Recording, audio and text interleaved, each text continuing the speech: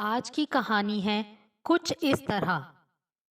रात के 1 बजे जूही ने घर में सोए मेहमानों पर नजर डाली। उसकी चाची, मामी और ताऊ व ताई जी कुछ दिनों के लिए रुक गए थे। बाकी मेहमान जा चुके थे। ये लोग जूही और उसकी मम्मी कावेरी का दुख बांटने के लिए रुक गए थे। जूही ने अब धीरे से अपनी मम्मी के बेडरूम का दरवाजा खोलकर झांका। नाइट बल्ब जल रहा था। जूही ने माँ को कोने में रखी इजी चेयर पर बैठे देखा तो उसका दिल भर आया। क्या करे, कैसे माँ का दिल बहलाए, माँ का दुख कैसे कम करे। कुछ तो करना ही पड़ेगा, ऐसे तो माँ बीमार पड़ जाएंगी। उसने पास जाकर, माँ उठो, ऐसे बैठे बैठे तो कमर अकड़ जाएगी। कावेरी ने मुंह से एक आह निकल गई। जूही ने जबरदस्ती माँ का हाथ पकड़कर उठाया और बेड पर लिटा दिया। खुद भी उनके बराबर में लेट गई। जूही का मन किया दुखी माँ को बच्चे की तरह खुद से चिपटा ले, और उसने वही किया। कावेरी से चिपट गई वह। कावेरी ने भी उसके सिर पर प्यार किया और रूंधे स्वर में कहा, अब हम कैसे रहेंगे बेटा, यह क्या हो गया। यही तो कावेरी 20 दिनों से रोकर कहे जा रही थी। जूही ने शांत स्वर में कहा, रहना ही पड़ेगा माँ, अब ज्यादा मत सोचो, सो जाओ। जूही धीरे धीरे माँ का सिर थपकती रही और कावेरी की आंख लग ही गई। कई दिनों का तनाव, थकान तन मन पर असर दिखाने लगा था। जूही की खुद की आंखों में नींद नहीं थी। 26 वर्षीय जूही, कावेरी और पिता शेखर, 3 ही लोगों का परिवार था। अब तो उसमें से भी 2 ही रह गईं। 20 दिनों पहले शेखर जो रात को सोए उठे ही नहीं। सोते सोते कब हार्ट फेल हो गया पता ही नहीं चला। माँ बेटी अकेली उनके जाने के बाद सब काम कैसे निपटाए चली जा रही हैं वे ही जानती हैं। रिश्तेदारों को इस दुखद घटना की सूचना देने से लेकर उनके आने पर सब संभालते हुए जूही भी शारीरिक व मानसिक रूप से थक रही है अब। शेखर एक सफल प्रसिद्ध बिजनेसमैन थे।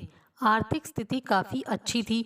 मुंबई के पवई इलाके में उनके इस 4 बेडरूम फ्लैट में अब माँ बेटी ही रह गई हैं। एमबीए करने के बाद जूही काफी दिनों से पिता के बिजनेस में हाथ बटा रही थी।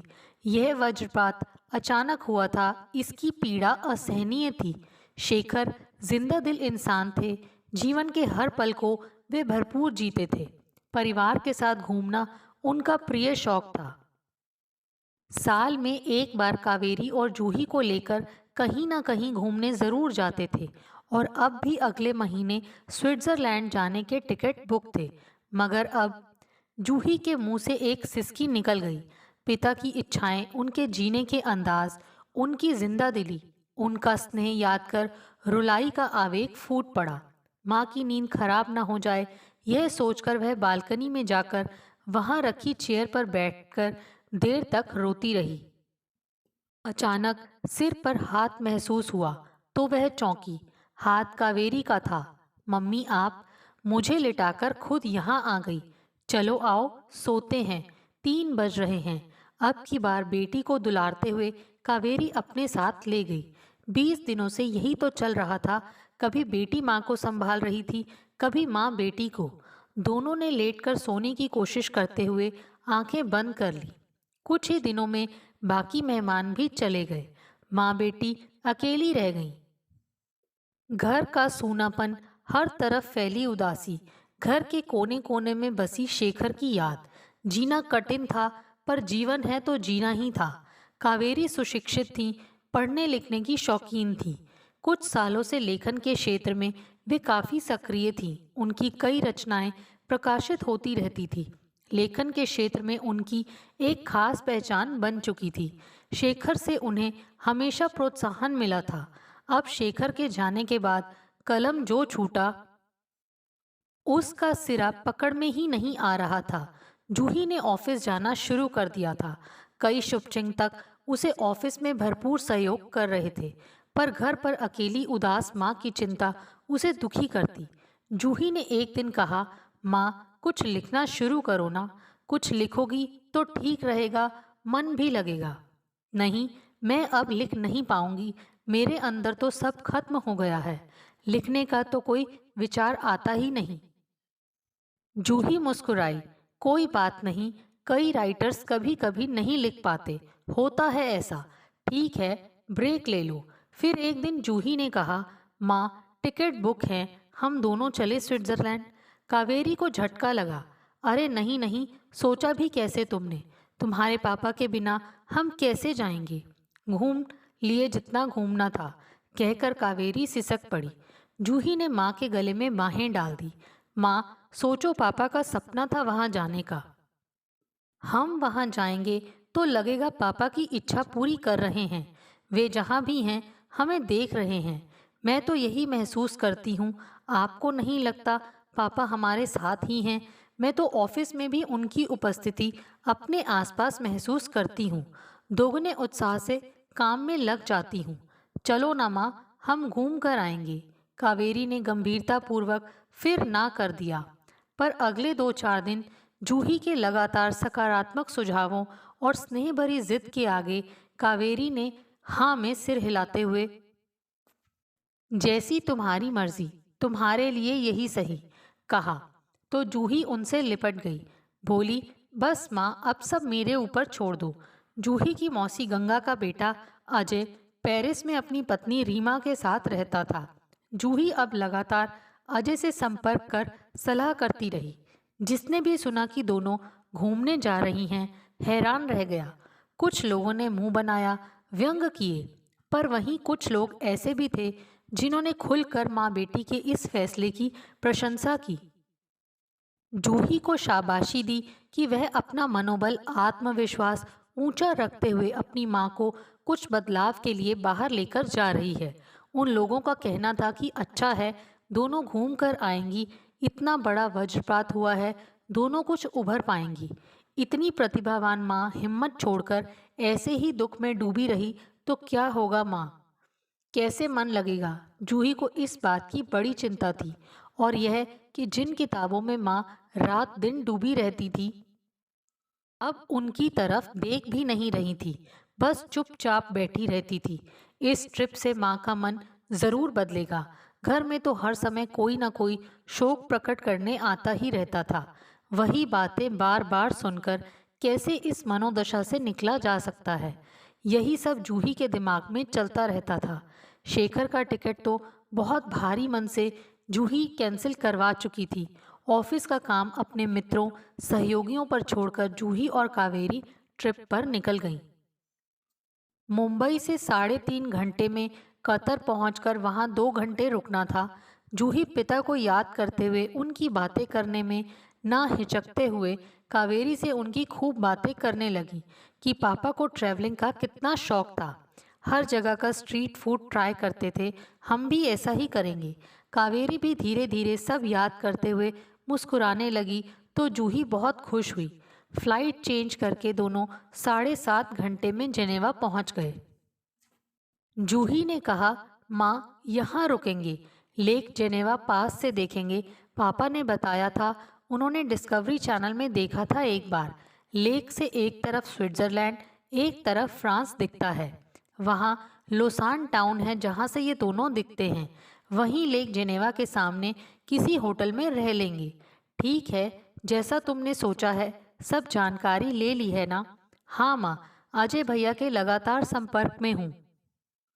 रात होते होते बर्फ से ढके पहाड़ों पर लाइट दिखने लगी। जूही ने उत्साहपूर्ण कांपती सी आवाज में कहा, माँ, वह देखो फ्रांस है।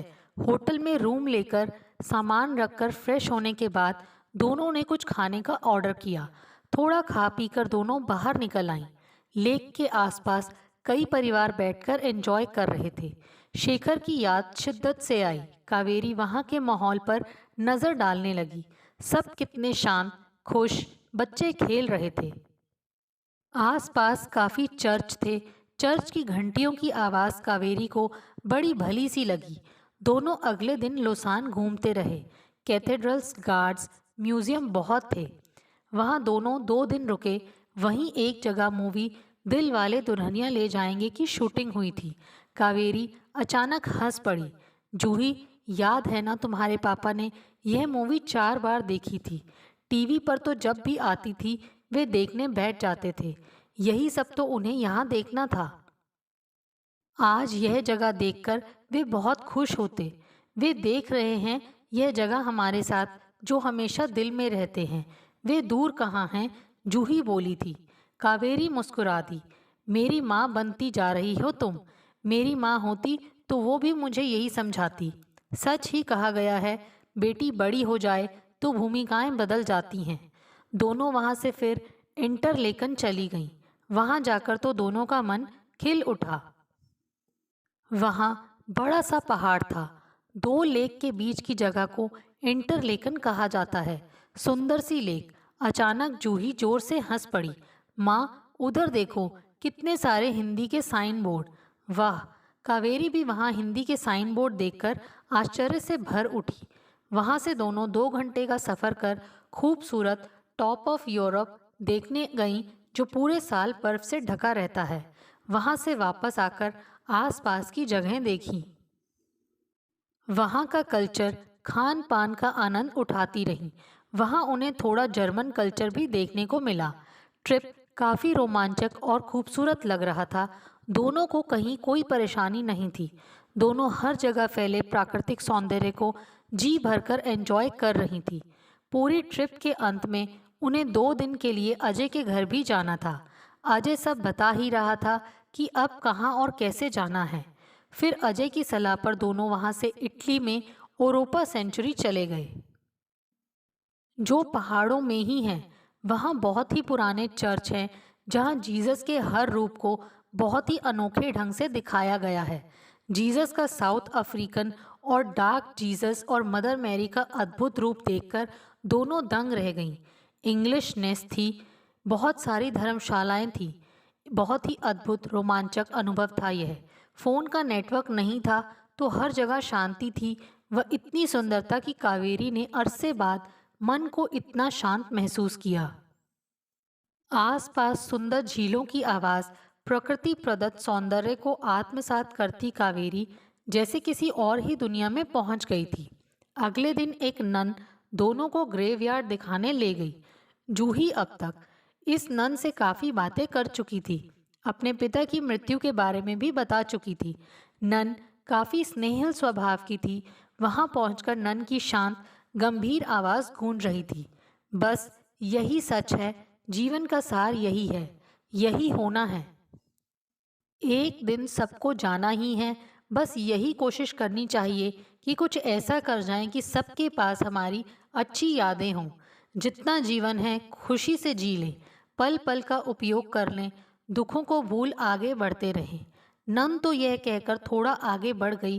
कावेरी को पता नहीं क्या हुआ, वह अद्भुत से मिश्रित भावों में भरकर जोर जोर से रो पड़ी। नन ने वापस आकर कावेरी का कंधा थपथपाया और फिर आगे बढ़ गई। जूही भी माँ की स्थिति देख सिसक पड़ी, पर जी भरकर रो लेने के बाद कावेरी ने अचानक खुद को बहुत मजबूत महसूस किया।